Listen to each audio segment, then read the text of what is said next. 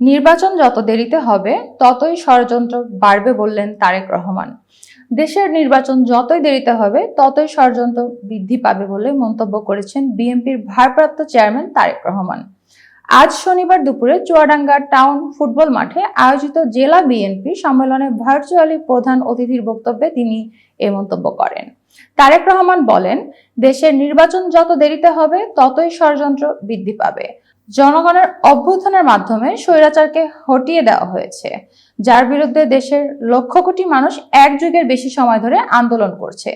সেই স্বৈরাচার কিন্তু বসে নেই। সেই স্বৈরাচার তাদের দেশি বিদেশি প্রভুদের সাথে মিলে ষড়যন্ত্র করেই যাচ্ছে।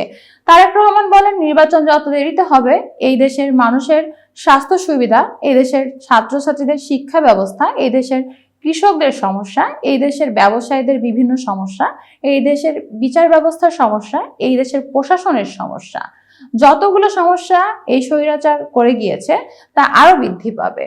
একমাত্র একটি নির্বাচনের মাধ্যমেই সম্ভবত ধীরে ধীরে দেশের সমস্যাগুলোর সমাধান করা যাবে। এতক্ষণ বার্তা বৈঠকের সাথে থাকার জন্য অসংখ্য ধন্যবাদ।